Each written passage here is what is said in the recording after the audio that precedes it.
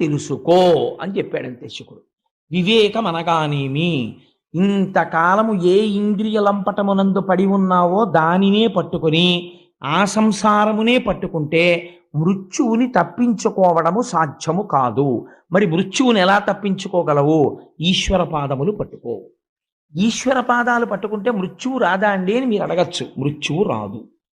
ఆ మాట నేనంటే మీరు మృత్యువు రాదంటే ఏమంటే మరి అలా అయితే చాలామంది పెద్దవాళ్ళు ఈశ్వరుణ్ణి కొలిచారు కదా, వాళ్ళందరూ ఎందుకు మృత్యువాత పడ్డారని అడగచ్చు.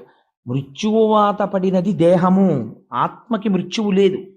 ఆత్మకి మృత్యువు లేదని ఆత్మగా నిలబడిపోయిన వాడు మృత్యువుని పొందట్లేదు, మోక్షాన్ని పొందుతున్నాడు.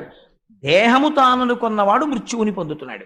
కాబట్టి ఇప్పుడు దేహము తాను కానన్న జ్ఞానము కలగాలి. దేహము తాను కానన్న జ్ఞానము దేని వలన వస్తుంది? గురువు యొక్క అనుగ్రహము చేత, గురువు యొక్క భాషణము చేత వస్తుంది.